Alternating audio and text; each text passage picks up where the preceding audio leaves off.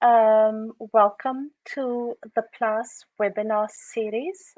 My name is Muniba Isaacs, and I am a professor at the University of Western Cape Institute for Poverty, Land and Agrarian Studies in Cape Town, South Africa. Good afternoon if you are in Cape Town and Tanzania, and all those who are on the east of us, and good morning to those who are on the west of us. Welcome everybody to this webinar on the African food systems, the gender dynamics and small-scale fisheries perspective. This webinar is part of the Too Big to Ignore Open House Global World Oceans Week, and welcome to all of those who are joining us from the Too Big to Ignore network. And it is a part of the Oceans Week, is part of the United Nations World Oceans Day on the 8th of June, next week on Tuesday, under the theme of the ocean, life and livelihoods. This open house will also help us to frame the upcoming year of the artisanal fishers and aquaculture in 2022, as well as the 4th World Small-Scale Fisheries Congress to be held in the same year.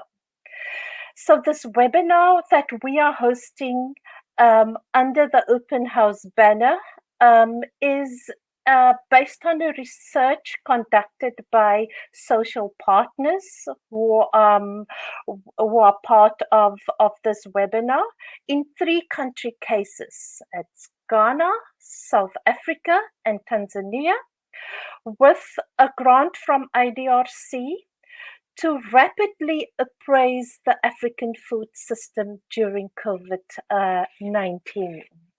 So I have 3 organizations. The one is, the person is Patricia Blankson Akakpo from Network for Women's Rights, NetRight in Ghana.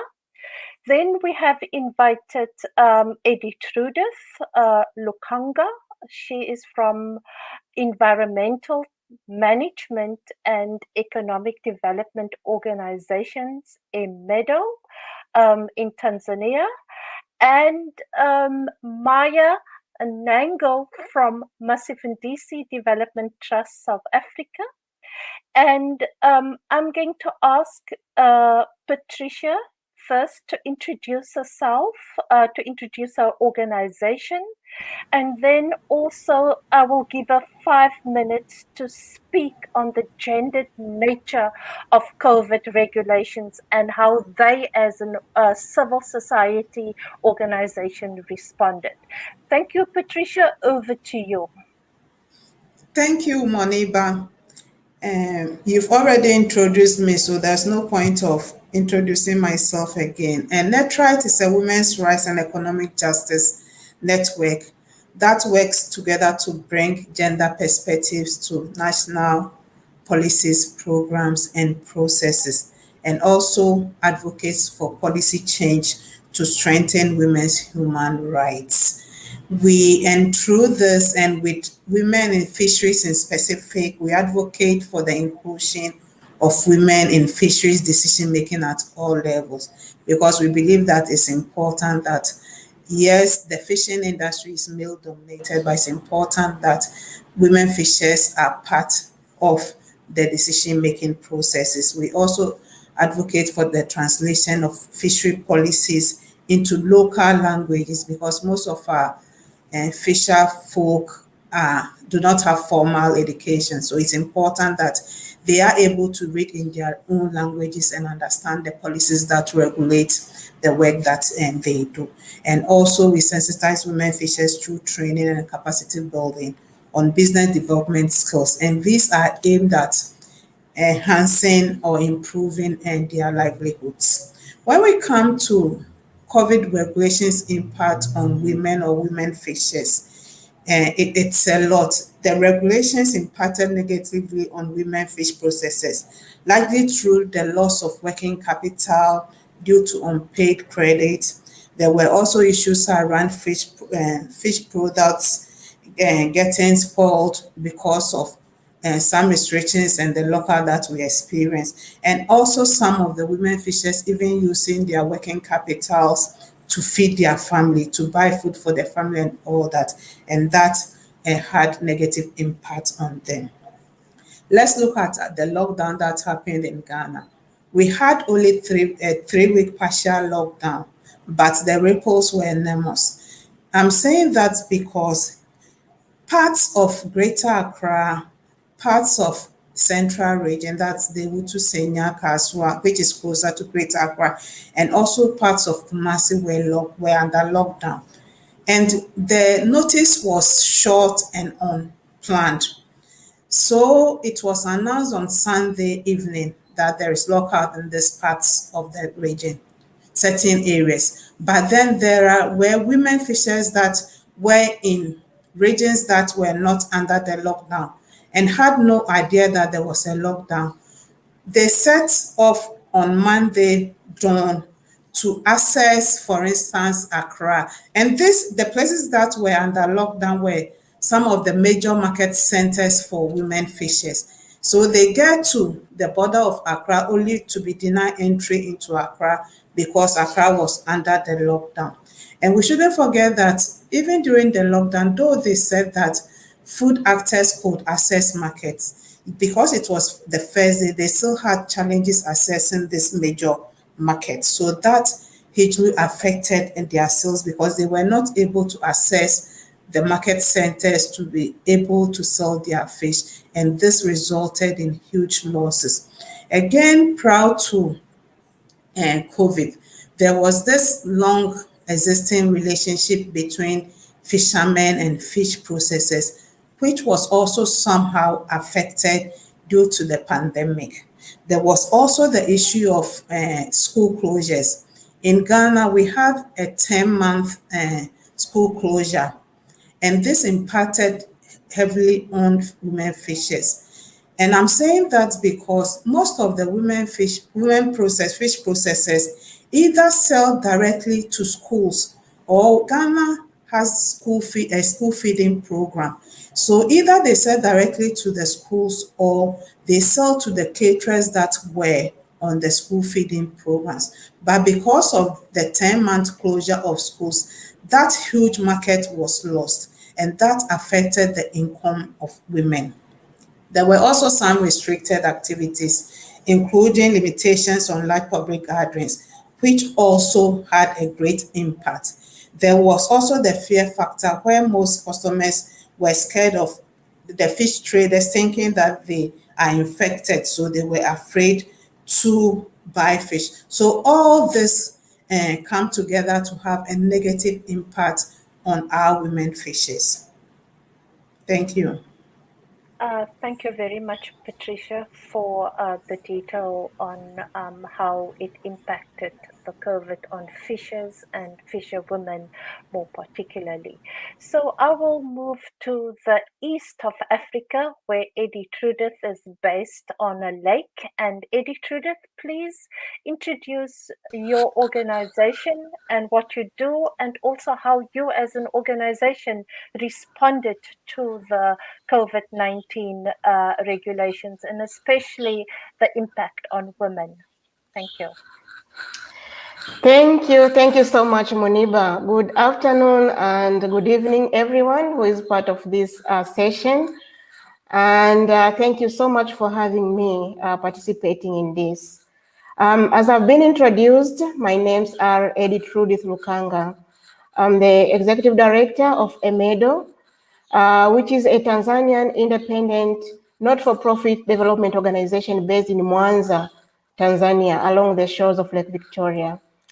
Emido was formed in November 2006 as a response to various challenges happening in the country, including environmental, social, and economic challenges.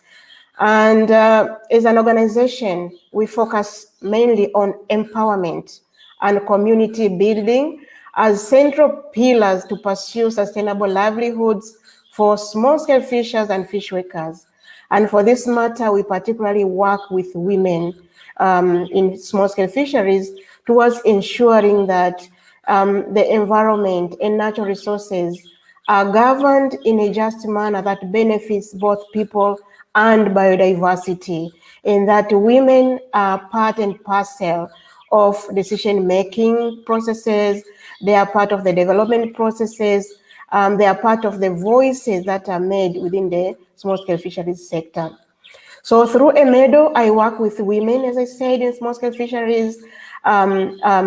We host the Secretariat of the African Women Fish Processors and Traders Network, AUFISHNET, to which I'm the General Secretary, but also we host the Tanzanian Women Fish Workers Association, TAUFA, to which I'm also part of the co-founders.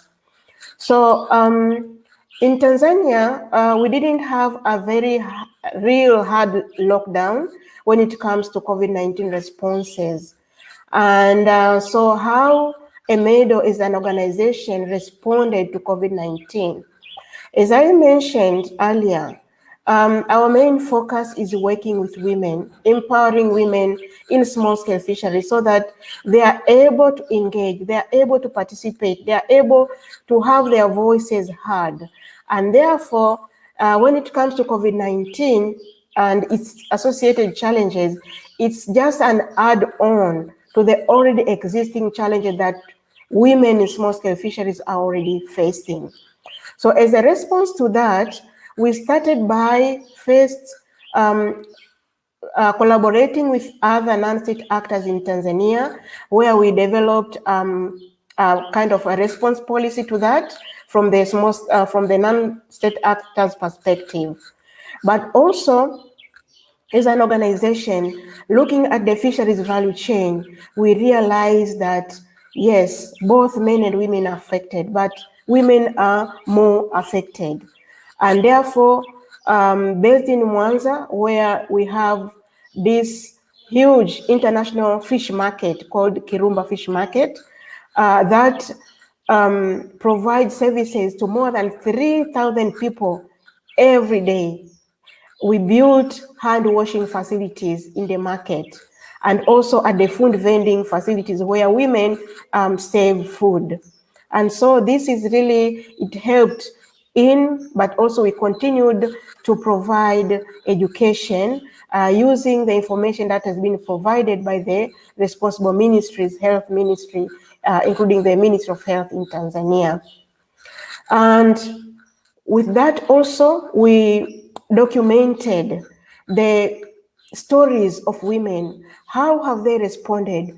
How are they impacted? You know, the regulations impacted through, the women were impacted also through the loss of their businesses in terms of income. And they also experienced psychological stress resulting from the pandemic-related business insecurity, but also partial business shutdown, failure to repay their loans, fear of getting infected with the COVID-19 pandemic. These are just a few of a lot of problems that women were facing. And therefore, what we've been doing is to document all this, but also continuing to raise awareness on how they can prevent themselves from COVID-19. As you are aware, during the early stages of COVID-19 in March 2020, Tanzania had their schools closed and also institutions were closed. And this really impacted most of the women who were relying directly on the schools and universities nearby. For example, where I live nearby St. Augustine University, which is just adjacent to the Lake Victoria. And most of the women were selling directly the small pelagic fish, we call it dagaa, or through their restaurants, they are selling fish and fish-related products. So closure of these schools and institutions had really affected them by losing businesses, but also failure, as I said, to repay the loans. So this has really been a difficult situation for the women. But also with the school closures, that meant an added workload to the women, because the time when the children were going to school, but this time around all the children were at home, and therefore they were supposed or forced to support or to help out with various activities, including even to go into the landing sites. So through this, we learned also that children were really impacted by the pandemic, because they were really exposed, and we are aware of what happens into the fishing community, into the landing sites. There are a lot of activities. There are, hardly laws that govern how things should be done, and therefore we saw some kind of child labor. They were helping, yes, but also it went to the extreme of some being seen as child labor, but also child abuse was also there. We have some cases where even some of the children were impregnated because of those 3 months of not going to school. So as an organization, we continued to raise awareness on how women can respond by, taking care of themselves, but also taking care of their children, although it was really difficult. And another challenge has been access to technology. Thank you, and Lady Trudith, thank you. Sorry, thank you very much. I feel that if I'm not going to interfere, you're going to go on. We will bring you definitely back, but I also want to kind of, and maybe some of the questions could, because that's also the interesting part of this, is to respond to the questions and answers. I want to move down to closer to home, to Kate Maya Nangle, to introduce Masif and DC and the work they are doing, and also in terms of how they responded to the COVID-19 regulations in South Africa, which is more of a different corporate system. So Maya, please, over to you. Thank you, Moniba, and to PLAS for hosting the webinar, and hello to everyone listening in. My name is Maya Nangle, and it's a pleasure to be here representing Masif and Dise, and to bring in the South African perspective of the gender dynamics of small-scale fisheries food systems. Masif and Dise is a civil society organization. We're based in Cape Town, and we work with small-scale fishing communities across South Africa, both coastal and inland, to empower and capacitate these small-scale fishers to become agents of change in their communities and to advocate for their fundamental rights to livelihoods, food and nutrition, and for just political and economic decision-making. Masif and Dise's work program falls under the overarching objective of promoting and strengthening food sovereignty in small-scale fisheries in South Africa. And within the work that we do, there's a strong focus on women in small-scale fisheries as a group that is more vulnerable and faces deeper marginalization. And moments of crisis, such as the COVID-19 pandemic, highlight and deepen flaws in the system. And this pandemic has highlighted the gendered nature of small-scale fisheries in South Africa and the ways in which women bear the brunt of the burden created by a crisis, often through unremunerated and unrecognized, uncommodified work. In response to the pandemic, the South African government placed the country under a hard lockdown from March last year. And although the restrictions that have been put in place have since been eased quite a bit, women in small-scale fishing communities are still facing challenges. Women used to play quite a dominant role in post-harvest production and the processing of fish. But the South African fish market has sort of shifted towards a focus on fresh or raw fish, and the importance of processing, of smoking or bottling or drying fish in small-scale fishing communities has been decreased, and women have sort of been squeezed out of the value chain. So women now tend to play more of a role in the broader community and in community organizing than directly in the value chain and post-harvest processing work. And in response to the pandemic, this shift has been aggravated and women have been picking up more unrecognized household work or supporting local communities. We've seen as food and money shortages have become an issue, women in fishing communities volunteered their time and labor in faith-based organizations in the provision of food through soup kitchens in the communities. Once again, unpaid and uncommodified work that women are engaging in. Private entities to provide food to communities. And some women were able to secure employment in the making and distributing of food rather than in the production side of it. But the procurement of the food for these soup kitchens or food services was all focused on getting it from corporate sources rather than supporting small-scale food producers. Another challenge is the closure of schools in response to the pandemic, which puts increased pressure on women to be present at home and to provide education, despite a lack of resources such as internet access. School feeding schemes are also stopped, which was an important source of daily meals for school children across the country. This also placed an extra burden on women in terms of having to provide extra meals and increasing the budget for food. In terms of top-up grants that South Africa provided in response to the pandemic, the top-up of the caregiver grant was given per caregiver rather than per child, dismissing the importance of the unpaid reproductive work of the caregiver. Masifundise recognizes that there's a need for a more localized and thereby more resilient small-scale fishery food system, which would benefit the youth and women through post-harvest processing and value-adding activities rather than the raw fresh fish, and keeping important sources of nutrition rather than keeping that within the community rather than leaving and going to corporate straight away. Thank you. Thank you, Maya, and also Patricia and Eddie Trudith for the first round of answers on how women have been affected by the COVID-19 regulations. And we can also see that these COVID-19 regulations are not just regulations that that came through yesterday. There are some underlying interlocking factors that are also impacting on fishes per se. I'm moving to the kind of next set of questions that I wanted to ask you.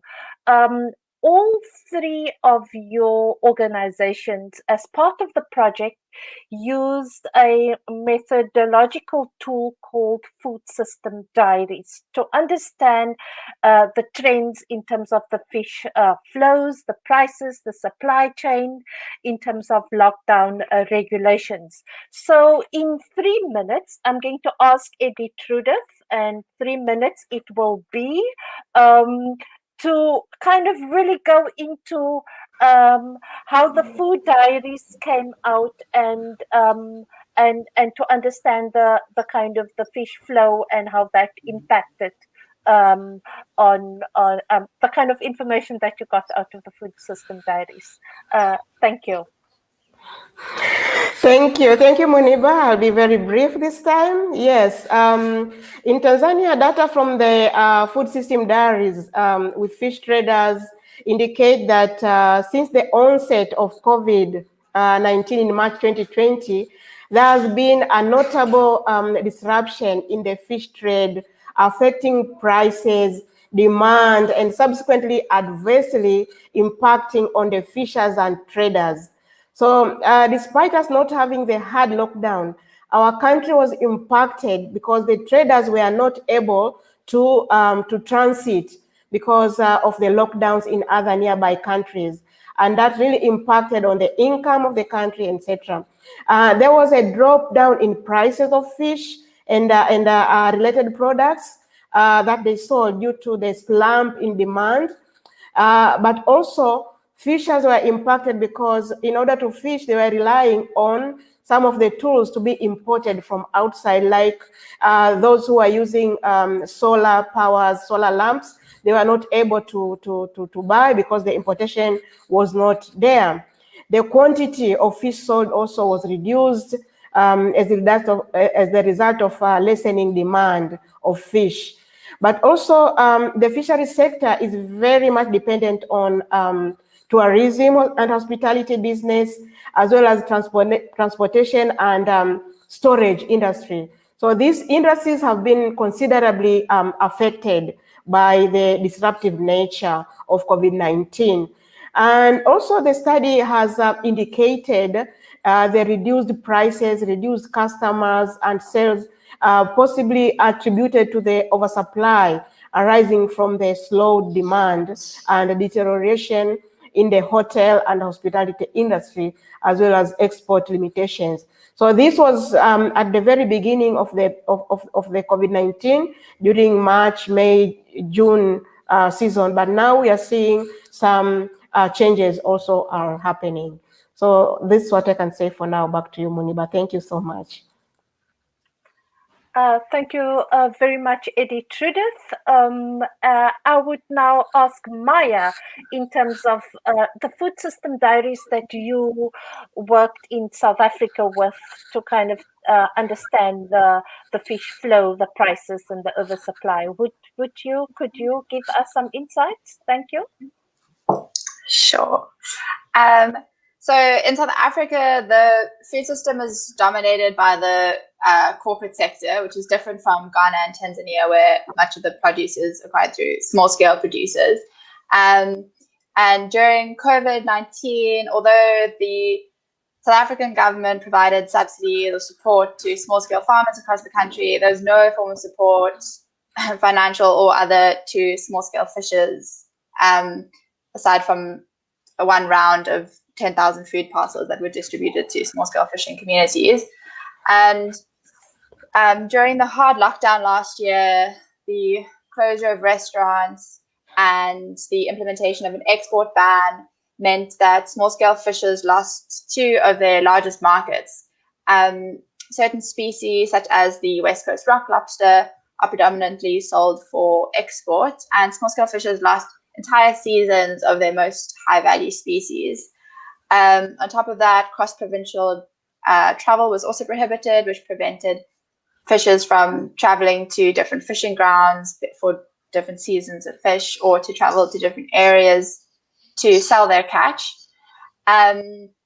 One case is on the West Coast. The snook run occurs between April and June each year, and last year our country was under lockdown during this time. And although fishers were recognized as essential service providers and were able to go fishing, there was an oversupply of fish because of the previous restrictions that I mentioned. And rather than this fish and the important nutrition that it could provide staying within the local community or contributing to feeding schemes, the government allowed small-scale fishers to sell this oversupply to large-scale fishing companies, who then stored this fish in freezer facilities until they could profit from it. And this case highlights that the way that the informal system is interlinked with and dependent on the formal system. Also highlights that small-scale fisheries should have been able to profit from this oversupply of fish if they had the facilities to do so. The fact that small-scale processing, as I mentioned in the section about women, the fact that it's not common in South Africa creates challenges for small-scale fishers and highlights a lack of resilience in the food system. In essence, the oversupply of fish didn't benefit communities, and the predominant narrative during the pandemic is of small-scale fish catches, the food and nutrition of leaving the community for the benefit of corporations or elites, rather than poor communities and lower classes. Thank you very much, Maya. Can we immediately go over to Patricia and to see what are the kind of data that you're getting from your food system diaries in terms of the fish flows prices? Thank you. Over, Patricia. Yeah, thank you, Moniba. So in Ghana, even before COVID, fish flow is dependent on seasonality, which also has implications on the prices of fish. And at least three things were key in the food diaries that was marketing. Marketing of fish was affected, given given the fear associated with contracting COVID-19. So processors will not send the fish to the market, while even buyers were also scared to buy the fish. And in one of our project sites, that's Bono East, the Techiman market, for instance, last year between March and May was contracted. Then there was also a new emergence of fish sellers, and these are middle class women. So middle class women were using digital technology to market fish for. But then we also noticed that even those that were buying the fish were they themselves also middle class women. So we had this middle class women who either buy processed fish from fishmongers and sell online, or they saw this as a source of survival, a survival strategy of an alternative source of income. So they would buy the fish themselves, process, and then market online for others to buy.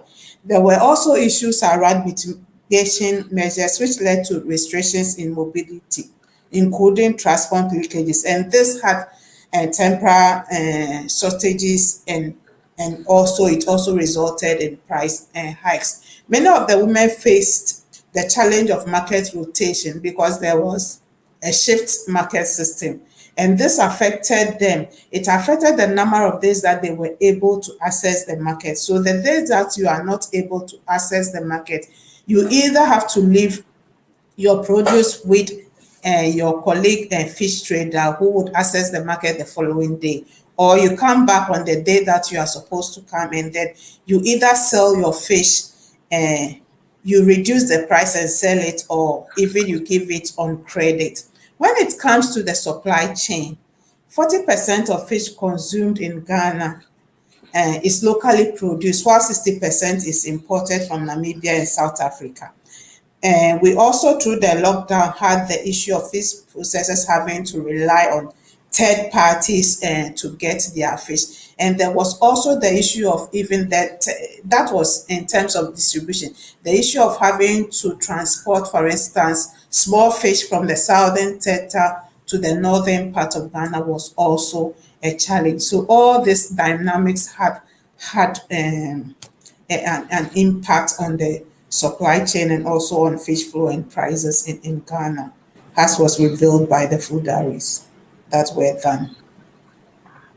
Thank you very much. I think that we as researchers, and also in terms of the kind of research project, is that, social partners are just not providing inputs, they are also providing data. So they, and I think that is the important part of our project.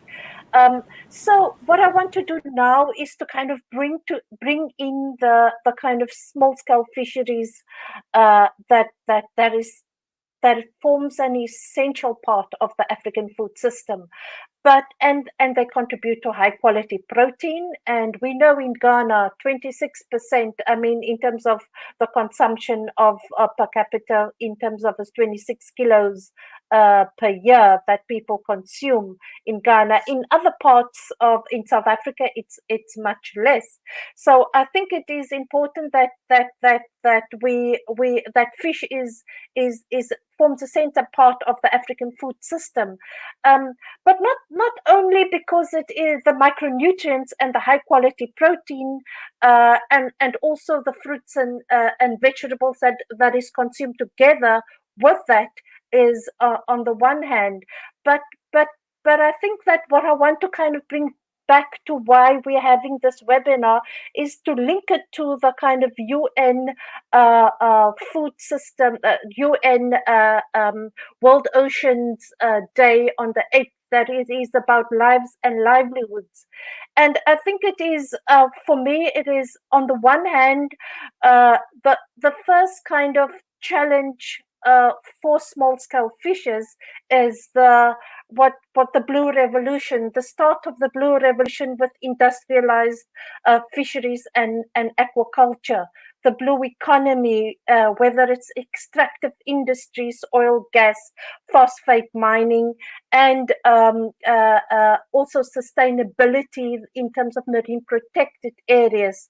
Then there's also the illegal, unregulated, and unreported fisheries, which are all infringing on fishing grounds and also on the lives and the livelihoods. So to connect the food systems, the gendered nature of the COVID-19, and also the underlying factors, the interlocking factors that impacts on small-scale fisheries. Can you tell me, and I'm going to start with Maya, how does these challenges face the South African, how does it come out in the South African case? And and that would be the final kind of inputs before we go to questions and answer. Thank you, Maya. Thanks, Moniba. So the COVID-19 pandemic is one issue among a host of other issues that face small-scale fishers on a daily basis. And the overarching issue in South Africa is that the ocean is seen as a frontier for profit-making. And the rights of small-scale fishing communities, as well as their cultural, nutritional, and social value, is not recognized or supported. There is a wonderful policy in place for small-scale fisheries, but the implementation of it has been extremely problematic, and many bona fide fishers have been excluded, especially the women and the youth. And the recognition of small-scale fishers, as well as the informal economy, as important contributors to South Africa's food security and local economies, is an important step in overcoming these other challenges of the sector. So going to the blue economy that Moniba mentioned, in South Africa, Operation Phakisa is South Africa's strategy for the advancement of the blue economy and the development of the ocean space. And when talking about Operation Phakisa, small-scale fishers need to be a key focus of that, but they're just not.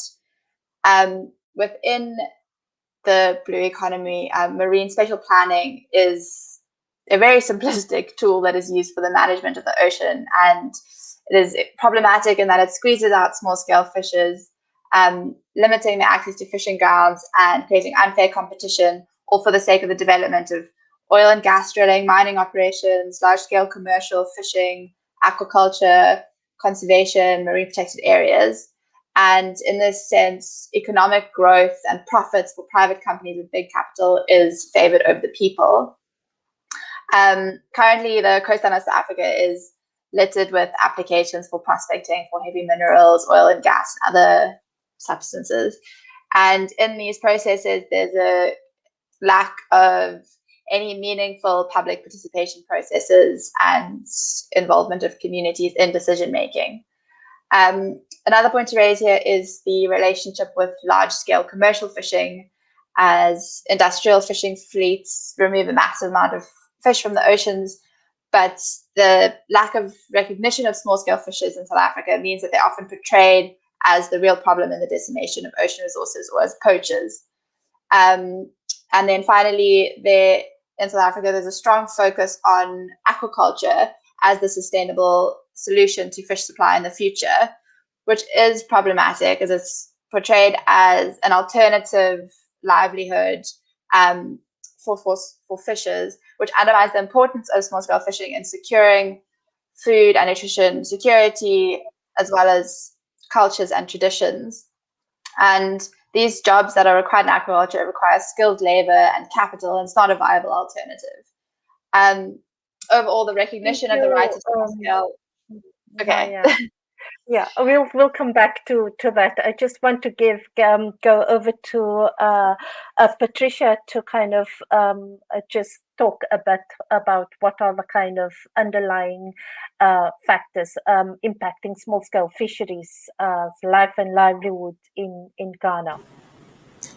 Yeah, so Moniba, as you rightly said, Ghana has a high fish consumption rate. And so fish plays an important role in our nutritional needs. And when you come to Ghana, I believe in every household, you would at least find at least one meal having, a family having fish in at least one of the meals that they will eat for the day. And interestingly, there is an inbuilt market for small scale fishes. So the consumption of big fish would not definitely override small fish in Ghana. You would have your kenke and you would prefer to use you add small fish rather than adding big fish. Then there is also the issue about large scale foreign fishing trawlers who fish in our waters and sell outside Ghana. So this is the situation. When it comes to the challenges, one of the key things is that unsustainable fishing and processing practices over the years have created a kind of conflict between artisanal fishers and semi-industrial trawlers in the country. And this conflict is coupled with the enforcement of policies by agencies, state agencies and authorities that are responsible for seeing to it that policies, laws regulating the fishery sector is effectively implemented. This is affecting especially small-scale fishers because it's having impact on the work that they do and also as a result affecting their livelihoods because it's leading to the collapse of small pelagic fish which small-scale fishermen mainly depend on. There is also an issue of illegalities. Some fishermen engaging in fishing illegalities such as light fishing, which is banned in Ghana, and then also using some inappropriate fishing technology. All this is affecting us as a country and affecting. There is also the issue of these big trawlers catching the small fish and then selling it the canoe fishermen. So they are depriving the canoe fishermen from catching the small fish that is reserved for them.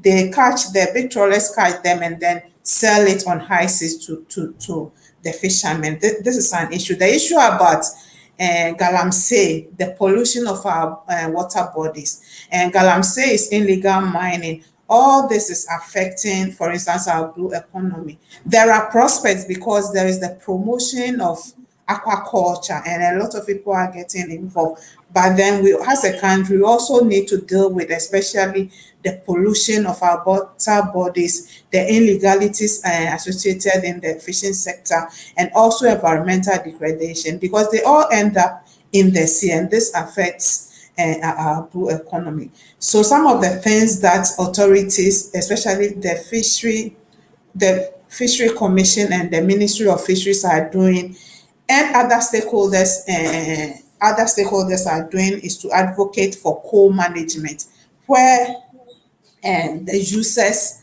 manage it and are also at the center of managing our blue economy. So that's what it is in Ghana. Thank you, Patricia. We hopefully come back to the co-management debate and issue. Okay, over to Eddie Trudith to kind of just give us her insights as to the struggles and the issues in terms of lives and livelihoods for fishers in Tanzania. Thank you. Thank you, Moniba. Thank you again for this opportunity. I would like to start mentioning for you and the public to know that Tanzania is among the very rich countries when it comes to water bodies and fisheries. Small-scale fisheries in Tanzania employs over 4.5 million people in the primary and secondary segments. They land over 470,000 tons per year, which is over 98% of annual fish supplies in the country. So this is just to show that the importance of small-scale fisheries cannot be overemphasized.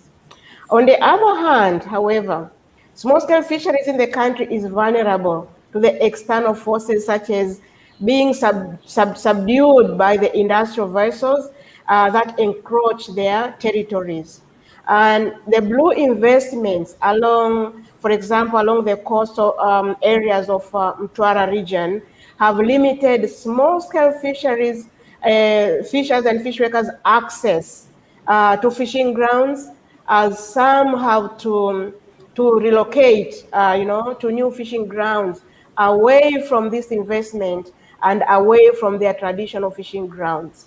And secondly, These investments block the usual paths used by the small-scale fishers to access landing sites, meaning that fishers have to either relocate or create new paths, which may be shorter, may not be shorter to where they are residing. So this is a challenge. And in addition, industrial fishing have sometimes led to destruction of the small-scale fishers' gears when they move around with their trawlers. Then establishment of fishing, for example, in Lake Victoria, establishment of fish cages, have reduced access of fishing ground to the small-scale fishers, as some of the cages are constructed close to their fishing grounds where they mostly fish. So all these challenges, the efforts of small-scale fishers to carry out their activities in a friendly environment, these investments are thought to generate huge income and therefore are supported by the authorities. So these are what I can bring for now, Moniba. Thank you, and back to you. Thank you very much, Eddie Trudith, Maya, and Patricia. So the next session that we are doing is to look at the questions and answers. And thank you also for your rich presentations, bringing in the kind of the dynamics that small-scale fishers are facing currently, but also that they are facing because of COVID and restrictions on their lives and their livelihoods. I'm also now can we are just mute. Thank you. So I'm also asking now to the audience to pose your questions. I see that there are a couple of comments on the issue. There is one question that I see from Jackie Dixon that I'm going to show, which is sorry, this is the wrong one. Yeah, here's the question. Donna responded. So thanks, Donna, to respond. So the question is about what is the status of small-scale food producers in South Africa, and how are these linked to small-scale fishers, and are they significant enough to supply local market demand? Maya, you touched a bit on this, the issue of if there is enough for small-scale fishers in terms of can they supply a local market, and is there enough supply for that? If you want to unmute yourself and try to answer that questions. Others, please ask questions in the chat. Yeah, so I mean, small-scale food producers in South Africa are also small as small-scale fishers are, and wouldn't be able to provide for the whole of South Africa, but they are an important player in local markets, and in what is necessary is for an enabling environment to be created at all levels of government, at local, provincial, and national, to provide the support and the resources to prioritize small-scale producers, and support them to be able to provide food at local level, and be an important player in the production of food. And I mean, your question was related to providing in products in soup kitchens and other relief efforts, and I do think that is something that would have been a viable option, because at local level, I mean, that can, if there's the support there, that can be an option to bring in local and support local markets and bring in local sources of food rather than supporting corporate players. So I think it just comes through an enabling environment from the government's level. Thanks.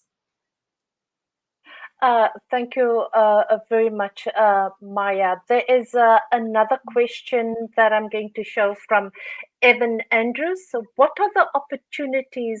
What opportunities are there for small-scale fisheries co-management to advance gender justice and equity in the African food systems?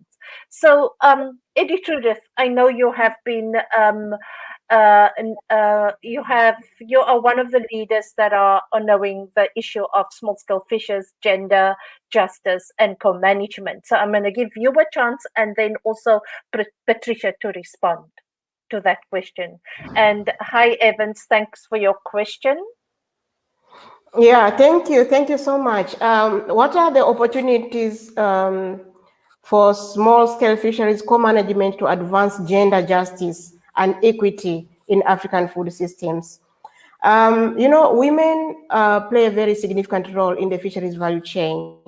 Looking at the pre-harvesting and post-harvesting is mostly by more than 50% occupied by women. And therefore, their participation in management initiatives is very, very important. So what are the initiatives that are there? In Tanzania, we are really forging ahead towards implementation of the small-scale fisheries guidelines.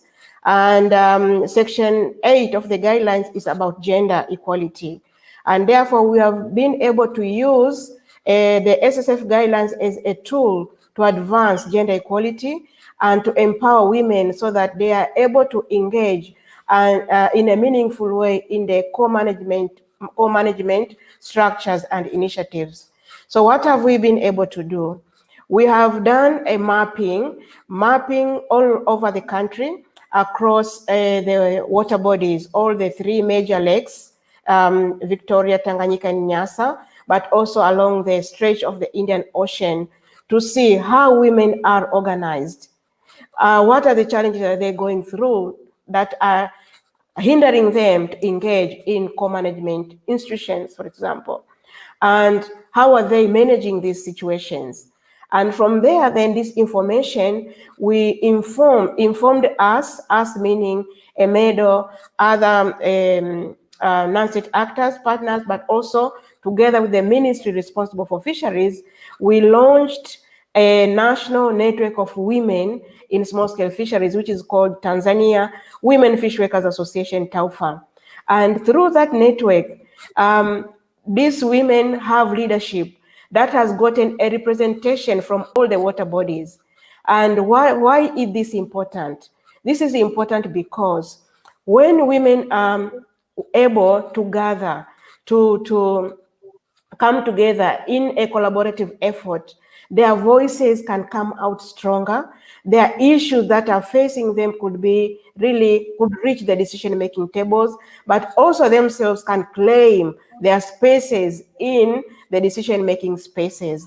And therefore, as I'm speaking now, TAWFA is even recognized at the national level. They are invited in meetings and everywhere. So this co-management is possible when women are empowered. Thank you. Okay, Patricia, do you want to give your perspective on that question, and then I'm going to lift another question. Thank you, audience, for asking more questions. If there are more coming, we've got about 7 minutes left. Patricia, please. Yeah, so like Idirudit said, co-management is key because when you look at the supply chain, the fish supply chain, you find women in all the, or if you look at the value chain, you find women playing key roles along all the. For instance, yes, the fishing industry is male dominated, but we have women that pre-finance fishermen to go on fishing. We have women that even own boats and all that. That's why for us as NetRight, we are advocating for women's inclusion in all decision and making bodies. There is also a gender network. We've worked with the ministry, we've worked with the Fisheries Commission, and also some of our members that are and organizations that are working directly with the fishing communities with women fishers. And there is a gender network and that is in existence. When you come here, we have a national canoe association that is not inclusive of women. It's only the fishermen. And then there is its wing that also has women fish traders and processors. And there are other national boards that you may not find women fishers on because it's a male dominated. And we advocate to ensure that they are part of all decision making processes. Some of the things that our members have done also to work with even the Fisheries Ministry and the Fisheries Commission to have a gender mainstreaming policy where middle and senior level staff of the ministry and the Fisheries Commission were trained on how to incorporate gender, to mainstream gender in the work that they do, because we felt it's important. If you are a full staff, and you want to promote women's inclusion and you don't understand the issues, or you don't even understand the policy that your ministry has, then how would you be able to do that? So we've also worked around that, and we even have a guide that will help the senior level and management, especially the field staff of the ministries and the Fisheries Commission, to ensure that they are able to incorporate gender mainstreaming in their daily work to ensure that women are part and parcel of the decision-making structures within the fishing sector. Thank you very much, Patricia. I think that, the issue of co-management and justice and equity is definitely something that I think we need to kind of think about and unpack a little bit further. There's one important question that Sarah van der Berg. Hi, Sarah. Nice to know that you're joining. And her question is around the access to technology as a challenge. Would like to hear a bit more of that, of this. So I want to ask Maya about your take on technology, and in South Africa, is access to technology a challenge? Or what is your take on this? And then I will move over to the rest. I'm just going to hide this because I can't see my colleagues. So it's around digital technology. I also want to tell you that this will also be a final roundup of your inputs. The hour's almost over. We've got 3 minutes left. So Maya, 1 minute. What is your take on digital technology? Then I will over to Patricia and Eddie Trudith to say the final word. That might be dangerous, but I'll go with Maya. Thank you. So yeah, in the Western Cape, we have some communities that work with digital platforms to market their fish and providing fish to restaurants and high value markets. And fishers do, through that, receive a higher price for their catch, and women are more actively involved through quality control processes. But what it does raise is the issue of elite capture, as the fish that is sold through these platforms is less available to local communities, and even the fish that does go to urban areas is not accessible to lower classes in those areas because they can't access it because of the high prices either. So there's pros and cons with it, but it is an interesting thing to think about within fisheries. Thanks. Definitely. I think that we also mustn't think that digital platforms is necessarily the solution, because a lot of the activities is not on a digital platform. Patricia, your take, you mentioned the class aspect about when moving over to the digital platform. Yeah, I did mention about digital technology, and as I said earlier on, and there is an emerging market, but then who are the people that are able to access it? Like I said, that it's found out that it's the middle level class that are engaging in that.